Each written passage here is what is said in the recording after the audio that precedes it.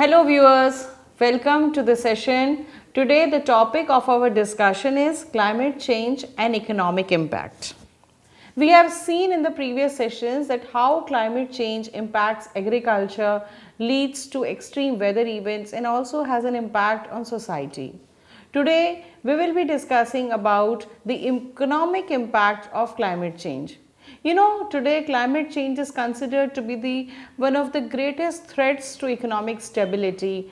It is predicted that because of increasing temperature, there will be economic losses and the world's GDP will be reducing by several percentage because there are costs associated with the climate change, which is a reality now. Because warmer temperatures, increase in sea level, extreme weathers, all this will lead to damage to property and infrastructure. It will impact human health and productivity. It has a negative influence on various important sectors such as agriculture, forestry, fisheries, tourism and so on. So, in wake up of all these things, there is an increased demand of energy because at the current rate, the fossil fuels which we are using today, they already have a negative effect on the environment. They lead to environmental pollution, and because of the diminishing natural resources, there is an absence of efficient power generation systems. So, there are certain sectors of the economy which are badly hit because of climate change taking place. And according to a survey that was done in 2017 by independent economists, it has been revealed that the effect of climate change which is happening today, it will be leading to from around 2% to 10%, there will be reduced GDP every year. So, it is all because of the climate related cost. There are costs associated for breaking up, for managing the infrastructure again, and also there are certain factors that are related to extreme weather events, natural disasters taking place, impact on agricultural fields, particularly the stresses to low lying areas because of sea level rise happening. So, when there are costs associated, there is a large consequence that there will be reduced GDP happening, and this is a point of concern where already we are struggling with the economy which is at stake because of so many other factors taking place. So, this has a market and non-market impact, particularly related to climate change, we can say. What is a market impact? Means these are linked to market transactions and they are directly affecting the GDP. For example, because of climate change, the availability, the procurement of raw materials is affected, access to energy is denied at several places, groundwater extraction takes a cost, settlement of refugees, for example, which are there because of the natural disasters taking place. So, these are the impact which are directly affecting the market and they are linked to market transactions. But more worrisome is the non-market impacts of climate change.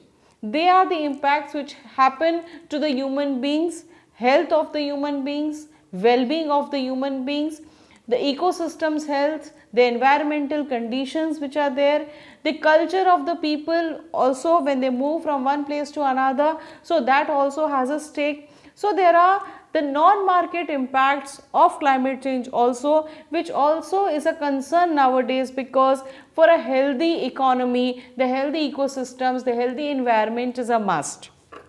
So, the sectors whose economy will be most affected are agriculture, infrastructure, human health and well-being, the productivity. Tourism sector is badly affected because of the changed economy happening because of climate change, and business and the financial markets. But there is a growing dilemma regarding economic impact and climate change, because the benefits of policy action, whatever we are taking because of climate change, they are mostly uncertain and they will be definitely for the future generation. But the cost of those policies, they are actually running the risk of being more immediate and more extensive. And at the same time, it has also been revealed that the cost of inaction, they are mostly irreversible, potentially catastrophic, and they are likely to hit the poorer countries more as compared to the developed ones. So, because of these factors, we must understand now that climate change is an externality. We know that like any other externality, the emitter of the greenhouse gases does not bear the cost of emitting those gases, those pollutants into the atmosphere. And another point is that there is no motivation for the emitter to include these costs in decision making. So, first of all, the developed nations or the big industrialists who are emitting the greenhouse gases into the atmosphere, they are not bearing the cost of doing so. And further, there is no motivation for them to reduce the release of these greenhouse gases, and further the market which is existing at present, it does not also address the problem in a more social optimal manner. And therefore, it proves the point that climate change is a unique externality. Why is it so? Because the emission of greenhouse gases which are taking place at present, they impose the cost on others, particularly not the emitter. So, the poorer are affected, the developing nations are affected, and these costs are felt over a long period of time. It is not a short term process. It is not a short duration cost, you can say. So, it is there for a very long period of time, and there is also the fact that it is not limited only to the place where the emissions have taken place. So, it affects the entire world, and the exact nature of the cost which is being calculated by the economic models, that is also uncertain, because it is mainly shaped by the policies at present, by the market mechanisms, the people's participation, and so on. So, at present we are not in a position to know what will be the cost of climate resilient buildings that we are making at present. And it is also proven that because of climate change related economy coming up, the future generations will be most affected. Whether there is an access to water, whether it is the agricultural crops, whether it is the rising food prices, it is the future generations, they are the most affected, but at present they do not have any opinions, any decision making in all this. Because whatever is happening today to our atmosphere, to our environment, to our economy, to our products at present, that has an impact after maybe say 10 years or 20 years from now. So, it is the future generations which will be affected the most, and therefore, there is no motivation, no clarity regarding the emissions. The emitter is not aware of what will be the cost that will be there because of the present actions taking place. Here we must mention about the Stern review. Stern is an economist in British in 2006, and for the first time the impact of environment on economy was studied, and he highlighted the fact that there is a need to reinvest the equivalent for around 2% of global GDP. We need to invest to mitigate the impact of climate change taking place. And it is one of the significant contribution by an economist to see that what are the environmental consequences of climate change and how does it affect the GDP, and how much of the GDP we must put aside for mitigating the impact of climate change which are taking place at present. And he emphasized that the size and nature of the economic consequences depends upon the magnitude and rate of change taking place. How variable are the extreme events, and what are the mitigation and adaptation practices are in place in a particular country. So, by calculating all these things, we can say that what are the economic consequences, and on the basis of the suitable models, we can predict and we can judge how much of the investment is required in the area of climate change. Then in 2018, American economist William D. Nordis, he received the Nobel Prize in economics for integrating climate change into long-term macroeconomic analysis. And what did he say is that the solution to climate change is to have those prices that discourage the use of fossil fuels, which we are using nowadays in a large manner. because at present it is cheaper and it is no motivation to use the alternative forms of energy or the renewable forms of energy. So, he put forward the idea that some prices should be put for the usage of these fossil fuels to see that how the climate change we are able to bring down the emissions, that we have to put a cap on the release of the gases and we need to put a kind of a price to the climate change related greenhouse gases being emitted into the atmosphere. And he developed an interesting model called the Dynamic Integrated Climate Economy model, which we refer to as DICE model, which integrates economics, carbon cycle, climate science and impacts associated with the changes taking place, and it also shows that what are the benefits of taking suitable steps in this direction so that the climate change can be slowed down. So, by these observations, learners, you must have studied and you must have known by now that the economics of climate change, the studies related to all these issues is gaining momentum, because increasingly it has been felt that the impact of climate change on economy is severe. So, there are notable effects. For example, food prices are rising. We are worried about the increase in the food prices, how the poor are going to afford, because with extremely hot days, agriculture is badly affected, not only because of rise in temperature, but also because of the changes in the weather patterns, the precipitation patterns. Somewhere it is raining heavily, at some places it does not rain at all. The area which was once flooded is now becoming a drought-like region. So, because of that, the agriculture is badly affected, and therefore, the food prices of the grains, of the food crops, vegetables, it is increasing. Similarly, the prices of beef, milk, poultry, this also goes up, and studies have also found that because of global warming taking place, because of the warming of the oceans, the global fish yields have reduced significantly, and because of the losses in the aquatic resources, there is also an increase in demand, and ultimately the prices of these also increases to a large extent. And similarly, if we talk about the agriculture, it is also dependent upon the type of the crop, the type of the location, because the coastal areas, the mountainous areas, they are the ones which are mostly badly affected by the climate change related weather phenomena when it is taking place. Similarly, apart from that, there is a threat to the national security also because of climate change, because it increases the frequency, the scale and complexity of the future defense missions, because of the changes, because of the hurricanes, because of the cyclones, because of the disasters taking place, there is temporary and permanent flooding of the airports. Mostly the coastal areas are at risk because major military installations, critical infrastructure is there, and it is affected by the sea level rise. Migration is one of the important phenomena which is taking place because of climate change.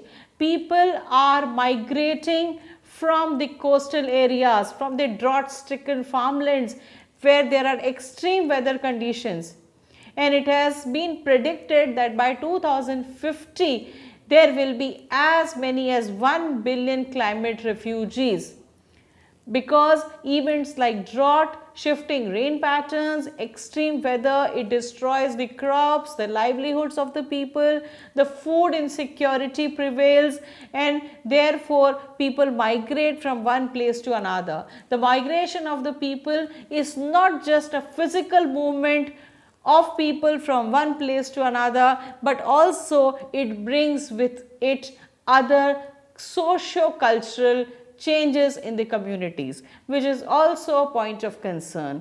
These are migrants who have moved from one place to another, and they suffer, you can say they are marginalized, they suffer exploitation, they live in extreme poverty, and this is something which is another important point of study and concern also. Then employment opportunities, you can say that according to World Employment and Social Outlook 2018, it has been estimated that 1.2 billion jobs are directly dependent upon the healthy and sustainable management of the environment. Because of climate change taking place, because of the forest being cut down because of the rivers which are dried up. People are losing jobs, they are earning less, because natural disasters also reduce the working capacity of the people. And on the other hand, when we make the efforts to combat climate change, there is a creation of 24 million new jobs by 2035. And it clearly indicates that there are more avenues coming up in green economy, in climate resilient agriculture, you can say, infrastructure, tourism, so many types of new jobs coming up, and therefore it directly affects the economy in a given region. So there is a transition to low carbon green economy which will amplify the jobs in environmental friendly production processes, outputs, and other jobs may be at risk, particularly in sectors which have fewer options for transition towards a more sustainable ways of production. Then insurance is also one of the important considerations which is hit by climate change, because consistently high cost related to extreme weather threatens to make insurance very expensive for most of the people, and insurance companies, they continue to experience significant costs related to increasingly common extreme weather patterns. So that is also has a bearing on the economics. And GDP, we have already talked about that the negative effects of climate change are expected to be an ongoing drag on the global gross domestic product. The climate change is going to reduce world's GDP several percent, and it is also for sure that at present if we invest 1% of GDP now, for the next maybe for 10 years or 20 years, we will be able to avoid losing 20% of GDP later, maybe after 40 years or 50 years. So that makes an important consideration here, that we should think about investing more towards climate friendly practices, processes, manufacturing and other important considerations, so as to make a good economic growth in the years to come. Similarly, energy, you can say extreme weather events are affecting energy production as well, energy transportation, transmission, distribution infrastructure, and maybe in the high summer temperatures definitely it increases the energy use and it causes high summer peak loads. So that is also a point of concern where we are worried about the energy you can say energy crisis which is going to come. And in a layman terms, we normally see that during summers and all, there is a scarcity of energy sources happening because of impact of climate change on the natural resources. So what can we do? What individuals, business, governments can do to protect themselves is a question that we need to ask ourselves, because climate change comes with uncertainty, ambiguity. First of all, we need to mitigate global greenhouse gas emissions, and on the other hand, we need to adapt also. So when we focus our studies on the public sector cost, adaptation may put a strain on the government budgets, particularly in the developing countries, because they have the weak adaptation capacity and they may be severely affected by the climate change. So carbon pricing is one of the important tool which may be taken into consideration, because in carbon pricing the cost of carbon emissions is included in the pricing of carbon emitting goods.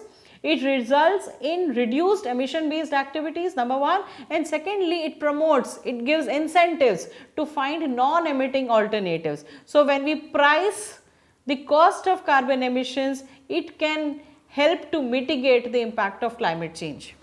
Then the pricing can be in the form of taxes or carbon trading. Taxes are important because it creates revenues, and on the other hand, it does not directly control the amount of emissions. For example, you can understand this in this way, that carbon taxes has an advantage because there is another mechanism called cap and trade schemes, that is carbon trading. So because it results in stable prices for emissions, and it is critical for firms so that they can make long term decisions and they may invest in low emission technologies. And it also helps to generate revenues, because by virtue of which we can enhance the efficiency and equity. However, under carbon taxes, the quantity of emissions reduction is uncertain because it cannot be put on sure that how much of the emissions will be reduced by taxing carbon emissions. So, carbon trading is another method because every country has a cap on the amount of carbon they are allowed to release. So, when carbon emissions trading, when we do carbon trading, that is cap and trade, it allows the countries that have the higher carbon emissions to purchase the right to release more carbon dioxide into the atmosphere, and this they are taking from the countries that have lower carbon efficiency. So, it is an efficient mechanism and it directly controls the amount of emissions, but on the other hand it does not create revenue. So, we must go for low carbon economy because it brings challenges to competitiveness and also opportunities for growth. And when we go for policy to reduce emissions, it should be based on 3 elements particularly. Carbon pricing is an effective method and carbon trading, and also government support is needed for low carbon and energy efficient technologies. So, there are disadvantages of taxes mechanism for trading mechanisms. So, hybrid policies can also provide for a simultaneous targeting of emission prices at one hand, so that for the short term we can price, and emission levels also we can check for the long run. So, hybrid policies can be adopted. And government budgets must encourage adaptation expenditures, social safety nets that must be strengthened, and external financing may be used. For example, the poor countries whose carbon emissions levels are more as compared to the other countries maybe. So, you can go for external financing to see that how we are able to mitigate the impact of climate change.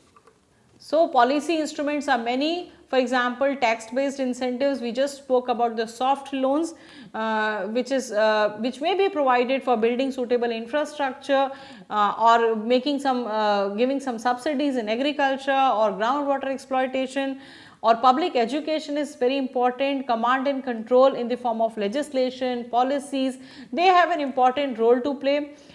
Adaptation strategies, because investing more in research and development, investing more in hard and soft engineering, understanding the national, regional and the global implications of climate change, that is also very important. So, by virtue of all these factors, we can see that how we can reduce the emission of greenhouse gases and how we can see that climate change comes to a halt. Apart from this, there are other measures which can be taken up to build a more resilient and proper growth model for people. For example, energy systems can be decarbonized. We can go for digitized electrification technologies. Urban development can be made more sustainable so that we can have compact, coordinated and connected cities. Suitable changes are required to be made in land use, farming methods.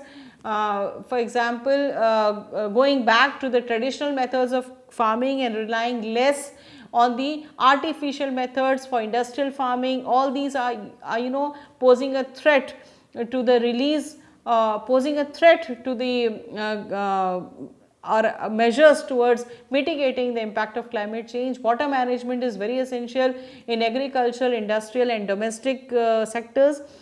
Going for circular economy is very important because it is required to have an efficient use of products, because with the increasing waste generation, take for example the plastic, when we are throwing it away, it is an economic loss. So, efforts and mechanisms should be strengthened so that we can have a kind of you can say circular economy, where we are able to make use of the products which are being thrown away at present. So, putting a price on carbon, and companies and organizations must disclose the climate related financial risk so that it is accounted for. Looping in of the private sector is very important because they also have an important role to play. People's participation cannot be ignored. So, by all these methods we can see and by proper collaboration, proper monitoring, proper role played by the different stakeholders in the society, we will be able to see and how the economic impacts of climate change can be mitigated, because this is one of the important area which affects one and all. So, in a nutshell, we can say that climate change has an impact on the economy. This impact can be minimized, or the adverse effects can be minimized by suitable policies so as to reduce the emission of greenhouse gases, and well framed, well designed policies are required so that the economic cost what we are bearing today is manageable. It is very much understandable that climate change is real, it is an emergency. It not only affects the environment and the biodiversity and the social system, but also it affects the economy, and economy in turn affects our living, our the way of living, and our health also to a great extent. Thank you.